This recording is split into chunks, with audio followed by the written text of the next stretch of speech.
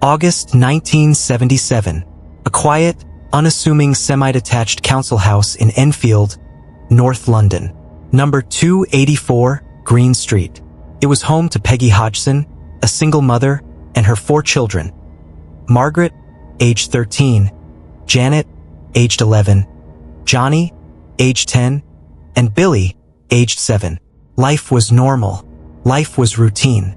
Until the night of August 30th, when the ordinary became terrifying. It started simply enough.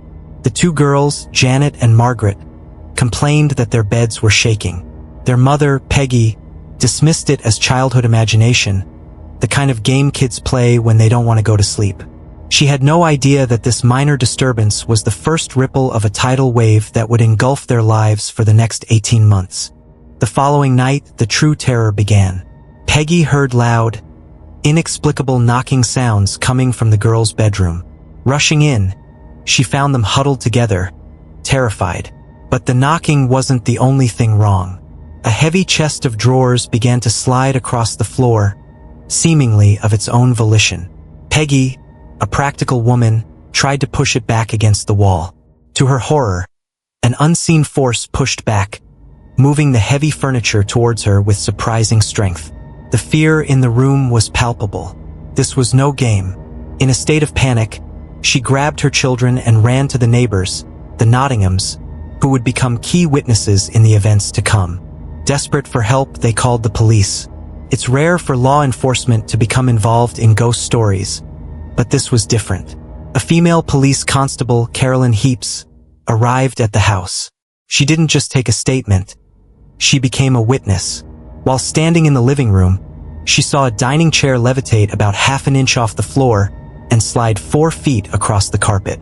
She checked for wires, for drafts, for any logical explanation. There was none. In her official report, she wrote that she could not determine the cause of the movement. The police, faced with something beyond their comprehension, admitted they were powerless to help. The Hodgsons were on their own against an impossible intruder. With nowhere else to turn, the family contacted the Daily Mirror newspaper. The story broke, and it caught the attention of the Society for Psychical Research, or SPR. They sent 2 investigators who would become central to this case. Maurice Grosse, a former inventor who had recently lost his own daughter, Janet, in a tragic accident, and Lyon Playfair, a writer and experienced psychical researcher. Grosse arrived first. He was a man looking for answers, perhaps even proof of an afterlife. What he found at 284 Green Street would challenge everything he thought he knew. The activity didn't shy away from the new arrival. In fact, it seemed to escalate. Over the next few weeks, the house became a chaotic battleground. Marbles and Lego bricks would materialize from thin air, flying around rooms and hitting people. They were often reported to be hot to the touch. Furniture continued to move, doors would slam, and loud knocking sounds echoed through the walls, seemingly answering questions with a coded system of raps. It was as if an invisible, mischievous child was throwing a perpetual tantrum.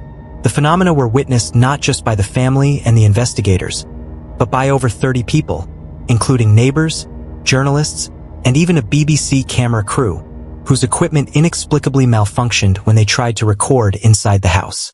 As the investigation deepened, it became clear that the activity was centered around 11-year-old Janet. She was the epicenter. Investigators observed her being thrown out of bed by an invisible force, her body contorted in unnatural positions. She would go into violent trances, her personality shifting dramatically. Sometimes she would be found in a deep sleep on top of a high wardrobe or radio, with no memory of how she got there. The poltergeist seemed to have a dark attachment to this young girl, using her as its primary conduit into our world. The psychological toll on Janet was immense, and she was eventually sent to a psychiatric hospital for 6 weeks of evaluation. One of the most controversial and iconic aspects of the case emerged during this time. A series of photographs taken by Daily Mirror photographer Graham Morris. They appear to show Janet levitating high above her bed, her body rigid.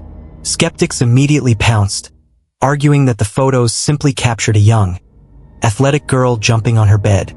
However, Witnesses present in the room insisted she was lifted into the air by an unseen force. Maurice himself has stated that the movement he witnessed was not a natural jump. These images remain some of the most hotly debated evidence in paranormal history, a Rorschach test for believers and skeptics alike. But the most chilling development was yet to come. Grosse and Playfair challenged the entity to speak. And it did. Through Janet. A guttural, rasping, male voice began to emanate from the 11-year-old girl's throat. It was a voice that sounded nothing like a child. It identified itself as Bill. The voice was foul-mouthed, angry, and often incoherent. But then, it said something that sent a shiver down everyone's spine. "I'm Bill Wilkins. I went blind, had a hemorrhage, and died in the chair in the corner downstairs." This was specific.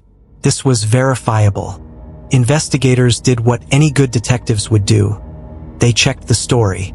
They located the son of the previous tenant of 284 Green Street. His name was Bill Wilkins.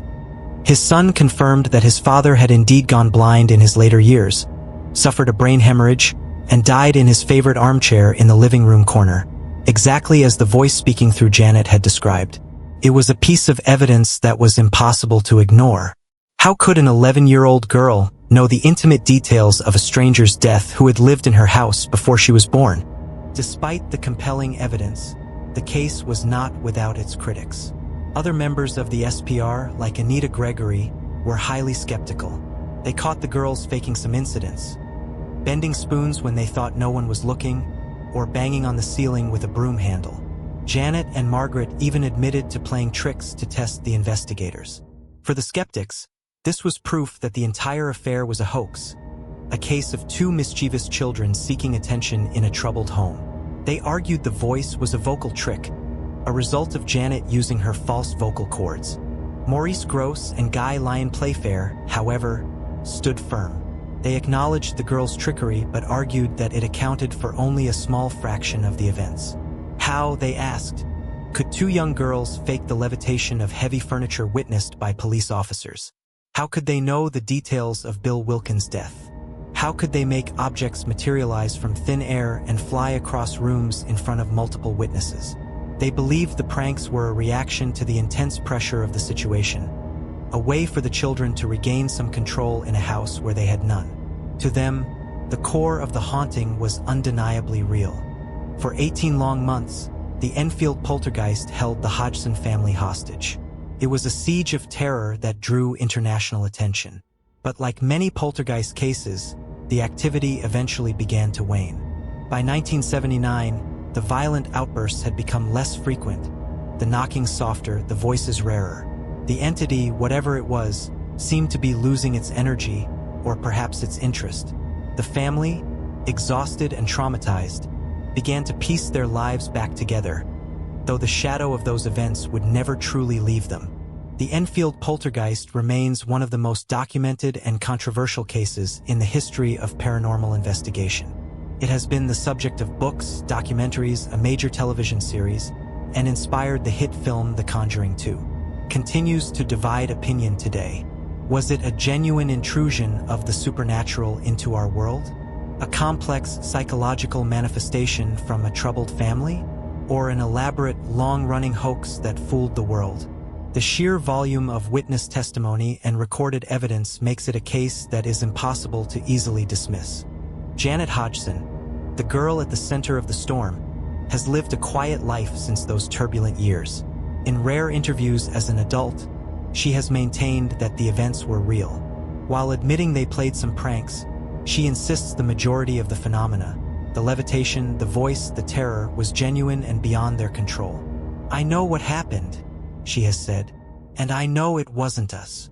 Her testimony stands as a powerful counterpoint to the skeptical explanations. Decades later, 284 Green Street still stands. The current residents report no strange activity. The entity, Bill Wilkins, and whatever else was there, seems to have moved on. But the story of the Enfield Poltergeist endures. It is a chilling reminder that the line between our routine, normal world and the unexplained is thinner than we think. It forces us to confront the uncomfortable possibility that there are things in the dark that we cannot explain. things that can enter our homes, our lives, and take control. And once you've heard the voice of Bill Wilkins, it's a sound you will never forget.